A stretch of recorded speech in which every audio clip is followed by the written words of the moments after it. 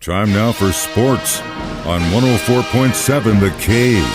Here's Ned Reynolds. Mike, the intern Ned Reynolds in the studio. Thank God it's Friday. So let's talk about the Ryder Cup. I know you were real excited at 1:30 this morning when they started it. But I'm not excited now. Okay, tell me what's going on. Well, first round's been completed. They're playing at Marco Simone Golf Club, which is outside Rome. Very first time ever that the Ryder Cup has been held in Italy. And it is not good for the USA. USA is the underdog against these guys. You have to understand the European team.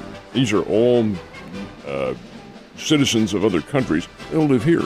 They live in the United States, and they play on the PGA Tour. Rory McIlroy and John Rahm and people of this caliber. Now, it's not all of them, but many of them are. Tommy Fleetwood, people like this. Anyway, end of the first round, Europe 4, USA nothing. Now, they do play a second round, which should be getting underway just about now, but that's the way the first round works. Second round will be tomorrow, third round on Sunday, but Europe is favored to win this thing, but they were favored 2 years ago at Whistling Straits in Wisconsin, and the USA did win, but that was on USA soil. This is on European soil in Italy, and it doesn't bode very well for the red, white, and blue.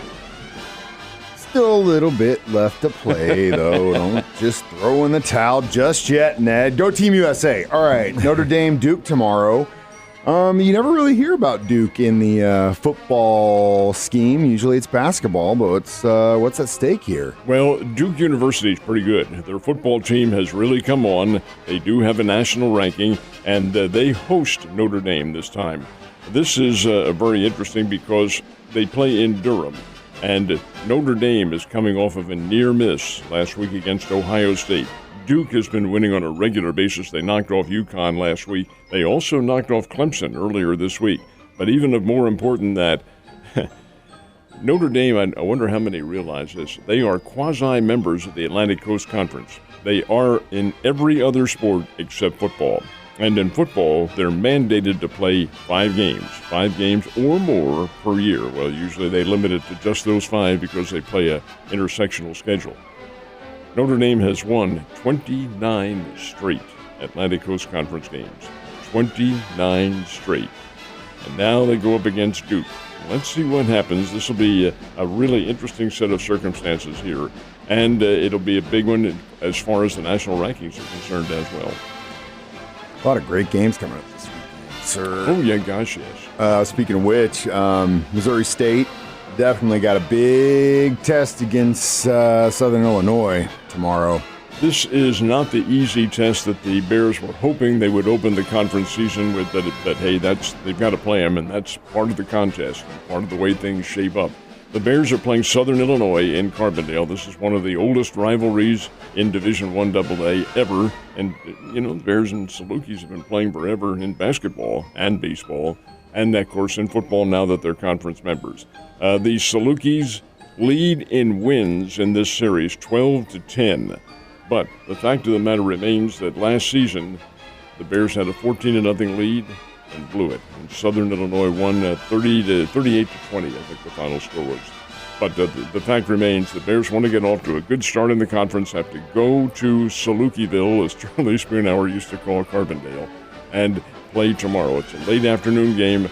Bears are probably a slight underdog to SIU. SIU's undefeated and coming off a bye week. That'll help them a lot. The Bears had a big win last week, but the fact of the matter remains, we'll see what happens. It'll definitely be decided on the field tomorrow. You know, it's funny, growing up in Cape Girardeau, of course, we're relatively close to Carbondale. Oh, yeah. And I still, after all these years, have no idea what a Saluki is. Dog. Okay, well, thanks. Now I know. So the Cardinals host the Reds this weekend. You going to go to the game? I have tickets. But no, I'm not going to go up. Hey, last minute, you could actually get Ned Reynolds tickets here. He'll even sign them for you. You want those tickets? Yeah, I'll sell them to you.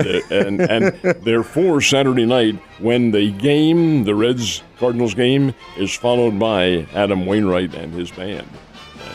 So it's kind of more, I think this is kind of a, hey, see you next year party. Well, in a sense it is. It's also farewell to Wainwright, since he won't be coming back. Yeah. And he's not going to pitch.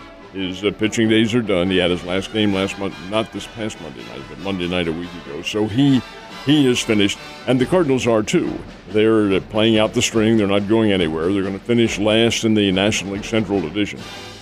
Not last in the National League, but last in the Central Division.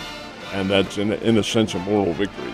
But the fact remains, it means nothing to them. It means everything to the Reds. The Reds pretty much have to win all 3 games to maintain any hope of a wild card berth. They are still in the wild card hunt, but with only 3 games remaining, it's a long shot at the very least. So we'll see what happens, but yeah, the final 3 games, and they have celebrations for Adam Wainwright every single night, beginning tonight. Tomorrow night when his band plays, and then Sunday afternoon when it's a farewell. Well, at the end of the day, he was an incredible asset to the team and helped us win when we really needed to. And if you're a big Cardinals fan, you absolutely need to go up to St. Louis and see him and say thank you and bye. And on top of that, you could be going with Ned Reynolds tickets. So easy. All right, I know what 2 college football teams I'm going to be watching tomorrow. There are some dandies, including I think LSU Mississippi looks pretty good. Kansas Texas could be something. Could be. USC and Colorado. We'll definitely see if Coach Prime has got his. Well, I'll tell you what's going to happen in that game. I've already being the medium that I am. I can see all in the future. I'm winning all of my wagers. The medium, Ned, the medium. See my reading. I don't think Colorado wins, but I do think that they score on Southern Cal.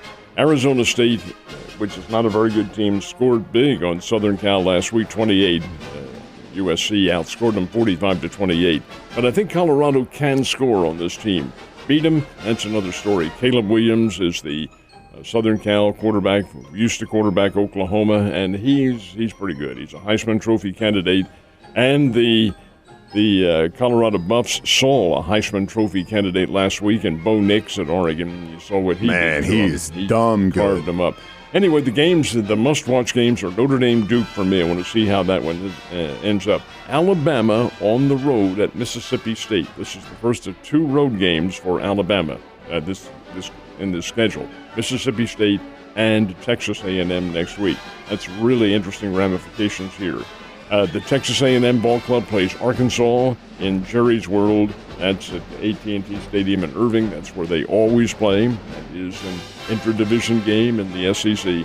So there are some very big games going on. And you're right, Colorado and Southern Cal should be interesting, but I do think that Southern Cal probably wins. Last but not least, and probably the most important thing this weekend, the mid-afternoon game, Chiefs and Jets in New York at MetLife. This is a Sunday night game. Of course, it'll kick off around 7 o'clock or shortly thereafter whenever NBC decides that the kickoff should be. They're the ones who control the game. But what they don't control is the pregame. And we have 2 pregames, of course, right here on the Cave. One is Ned Talk, which is the pregame show. That starts at 5 on Sunday afternoon, followed by the Chiefs pregame show on their network, and that's 6 to 7. And then Mitch Holdus and company, Dana Hughes, take over at MetLife Stadium. This is really paradox and always has been since the New York Giants and Jets moved over to New Jersey. But those games aren't in New York City, folks. They are in New Jersey. It's only, 2 miles away, but still, it's a different state. It's a different state, but it is Ned Reynolds' old hood, that's for sure. Well, yes, in a sense. Relatively.